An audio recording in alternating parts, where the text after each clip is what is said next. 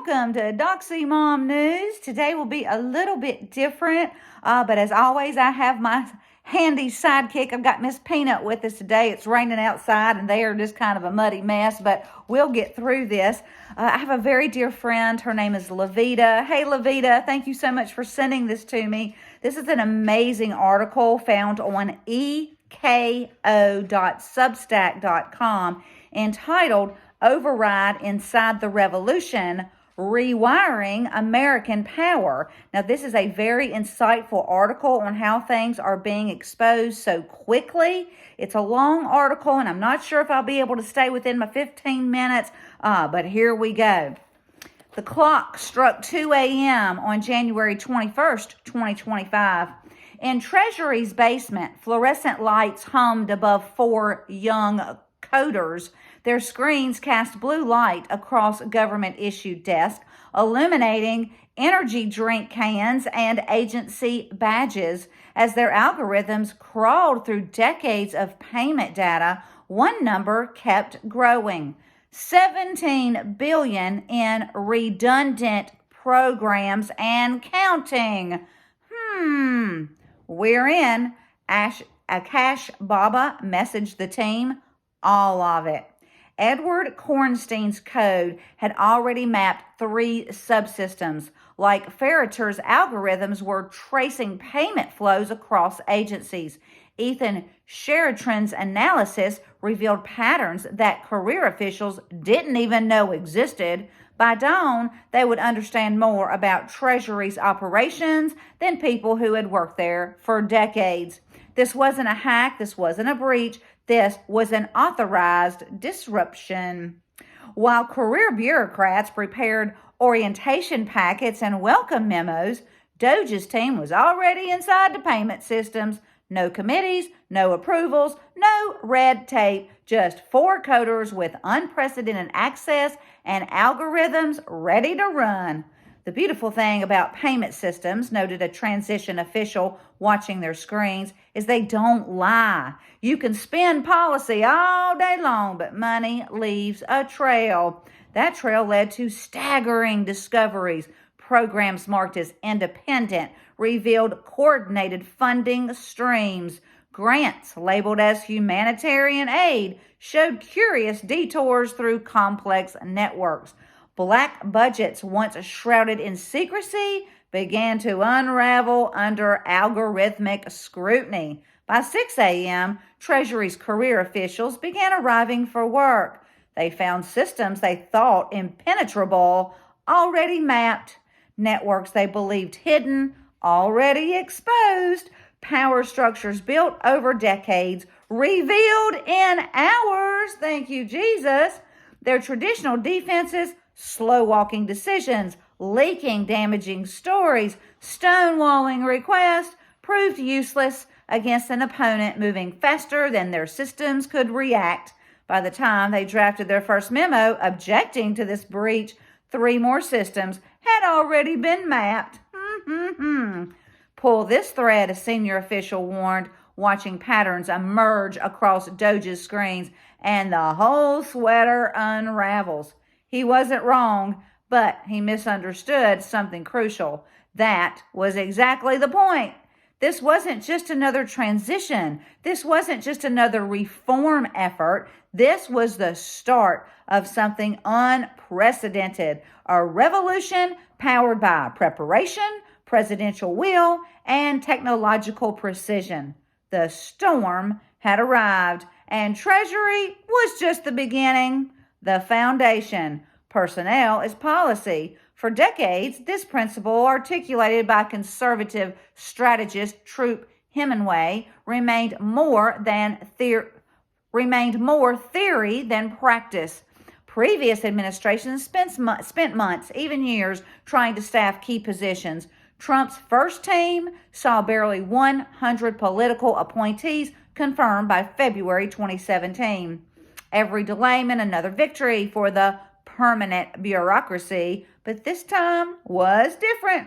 While media focused on campaign rallies and political theater, a quiet army was being assembled in offices across D.C. Veteran strategists mapped the administrative state's pressure points. Think tanks developed action plans for every agency. Policy institutes trained rapid deployment teams. Former appointees shared battlefield intelligence from previous administrations' failures.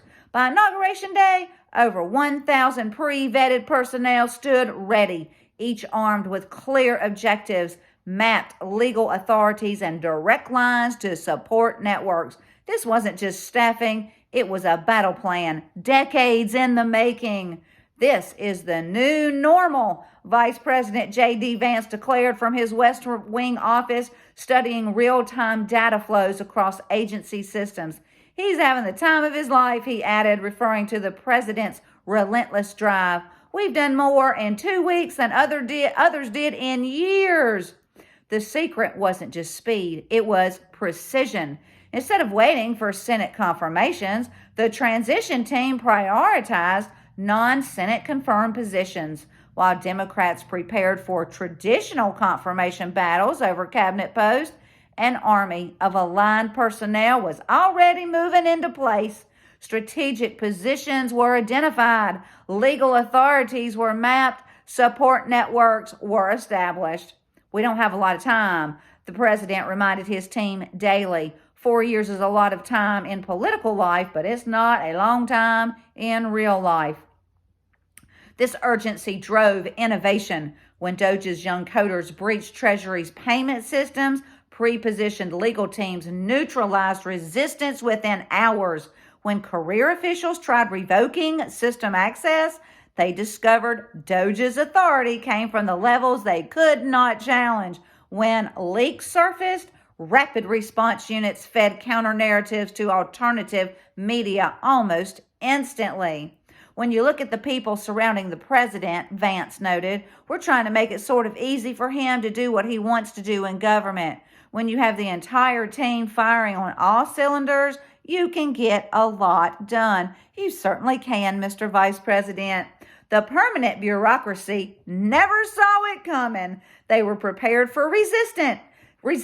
They were ready for protest. They had plans for leaks and legal challenges, but they had no defense against an opponent who had spent years preparing for this moment.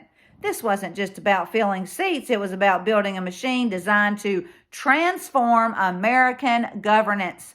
Every position mattered. Every appointment carried weight. And behind it all stood a president counting down not years or months, but weeks and days, driving his team forward with relentless energy. The foundation was set, and the revolution was just beginning. The spread. USAID fell next. No midnight raids this time, no secret algorithms, just a simple memo on agency letterhead pursuant to executive authority. Career officials panicked. Of course they did, and for good reason. Created by Executive Order 1961, USAID could be dissolved with a single presidential signature. No congressional approval needed, no court challenges possible, just one pen stroke, and 6 decades of carefully constructed financial networks would face sunlight. Pull this thread, a senior warned, watching DOJ's algorithms crawl through USAID's databases, and a lot of sweaters start unraveling. The resistance was immediate and telling. Career officials who had barely blinked at Treasury's exposure now worked through weekends to block DOJ's access. Democrat senators who had ignored other moves suddenly demanded emergency hearings. Former USAID officials flooded media outlets with warnings about institutional knowledge loss and diplomatic catastrophe, but their traditional defenses crumbled against DOJ's new playbook. While bureaucrats drafted memos about proper procedures, the young coders, they were already mapping payment flows. While senators scheduled hearings, pre-positioned personnel were implementing new transparency protocols. While media outlets prepared hit pieces, DOJ's algorithms exposed decades of questionable transitions. The scale was breathtaking. EPA climate initiatives, not just mapped, found unauthorized programs in 47 states. Education's DEI maze, not just exposed, revealed coordination across 1,200 programs. Intelligence community black budgets, not just traced, uncovered patterns hidden for 30 years. The administrative state runs on two things, a senior advisor explained, watching patterns emerge across DOJ's screens: control of information and money flows. His eyes tracked new connections forming in real time. We're not just exposing their networks, we're rewriting their DNA. The cracks began showing in unexpected places. A career EPA director, tears streaming. Everything we built. A USAID veteran, hands shaking. They're inside all of it. A Treasury lifer closing his office. They move faster than we can think. Across Washington, officials who had weathered every reform since Reagan began quietly updating LinkedIn profiles. A deputy director open to opportunities, an agency chief exploring new challenges, a bureau head, time for change. DOJ's algorithms weren't just programs, they were archaeology tools, excavating decades of buried networks, each data point connected to another. Each discovery revealed new targets. Each pattern exposed larger systems. It is beautiful, one of the coders whispered, watching connections from across his screen, like watching a galaxy map itself. For the permanent bureaucracy, this wasn't just change, it was an extinction-level event. Their power came from controlling who got paid, when they got paid, and what they got paid for. Now, those controls were evaporating, just like dawn burning away darkness. The pattern was devastating in its simplicity. 1, map the money flows. 2, deploy aligned personnel. 3, expose the networks. 4, restructure the systems. By the time bureaucrats drafted objections to one breach, 3 more had already occurred. The revolution wasn't just spreading, it was accelerating. The impact. The first bulldozer arrived in Springfield, Ohio at 6 a.m. on Tuesday. By noon, 3 blocks of notorious potholes were filled. Local crews arrived to find not just construction crews, but data analysts with laptops, mapping every dollar spent against real-time progress. This wasn't just road repair. This was revolution in action. A woman grabbed the analyst's arms, tears in her eyes. 12 years, she whispered. 12 years I've been calling about these potholes. He turned his laptop, showing real-time data flows. Look, he said, your tax dollars actually working. She stared at the screen. My God, she whispered, it's really happening. Across America, funds once lost in administrative mazes suddenly found their way to actual problems needing solutions. In rural Tennessee, broadband expansion projects, long buried under bureaucratic red tape, broke ground overnight. In Michigan, water treatment plants received upgrades that bureaucrats had studied for decades but never approved. The transformation was measurable. In just 2 weeks, tens of thousands of redundant programs identified, billions in waste exposed, hundreds of unauthorized initiatives halted, countless local projects unleashed. But the real metric, trust in government rising for the first time in 50 years. The revolution spread with surgical precision. Real-time tracking replaced quarterly reports. Algorithmic oversight replaced review boards. Local solutions replaced federal mandates. Results replaced process. Woo, thank you, Jesus. He's done more in 2 weeks than Biden did in 4 years, and Obama did in 8, Vance noted from his West Wing office. But this isn't just about speed. This isn't just about tech. This isn't just about personnel. It's all three, perfectly aligned.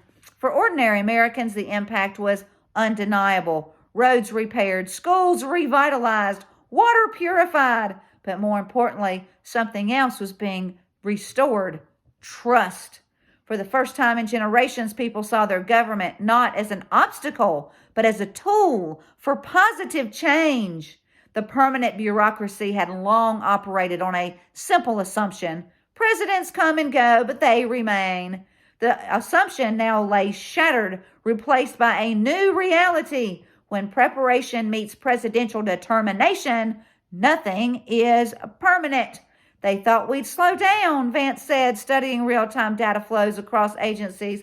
They thought we'd get bogged down in process. They thought we'd play by their rules. He smiled. Instead, we're just getting started.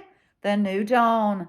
The sun rises early in Washington. On this morning, its first rays caught the classical columns of the Treasury building, casting long shadows across streets still quiet. But inside, beneath the marble and granite, screens still glowed blue. Doge's algorithms never sleep. The administrative state was built over decades, a senior advisor explained, watching new patterns emerge across the displays. Built to resist change, built to outlast presidents, built to preserve power. He paused, tracking a few particularly interesting data flows, but they never imagined this. They built walls against political attacks, defenses against media exposure, shields against congressional oversight. They never prepared for algorithms that could map everything.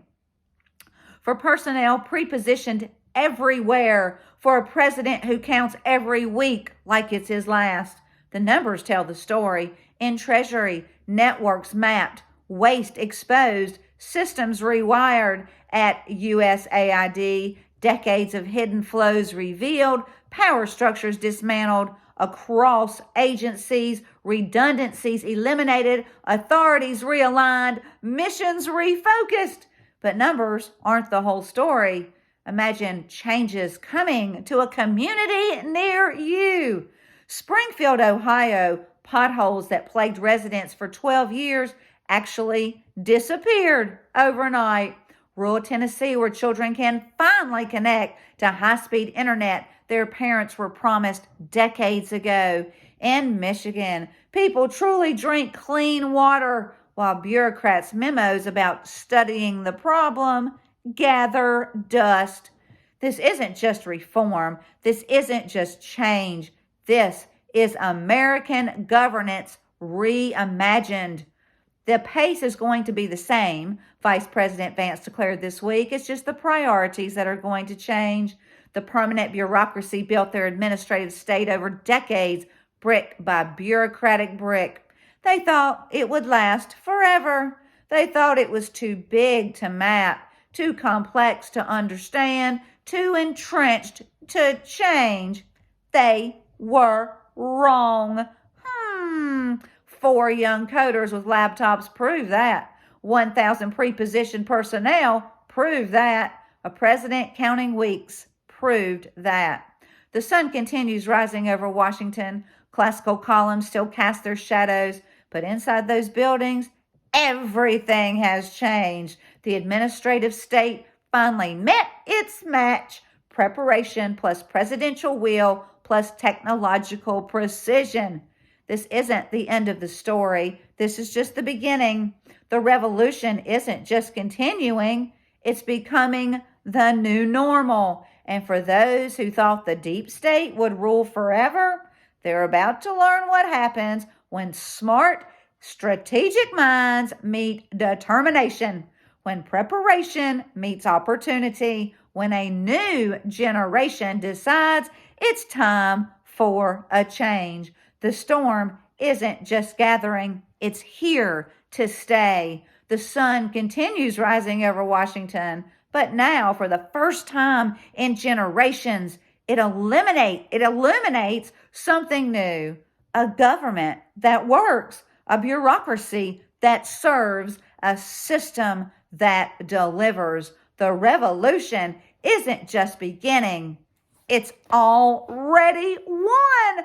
I mean, how awesome is this? This is wonderful. And it's one of the reasons Kristi Noem, our new Secretary of Homeland Security, one day she's down riding with ICE, arresting illegal criminals, and the next she's in Western North Carolina getting people the help that they have so desperately needed since last September. So awesome, wonderful things are happening, guys, and they'll continue to happen, and I'll bring them to you. And I'm going to leave you with John chapter 16, verse 33 that says, I have told you these things so that in me you may have peace.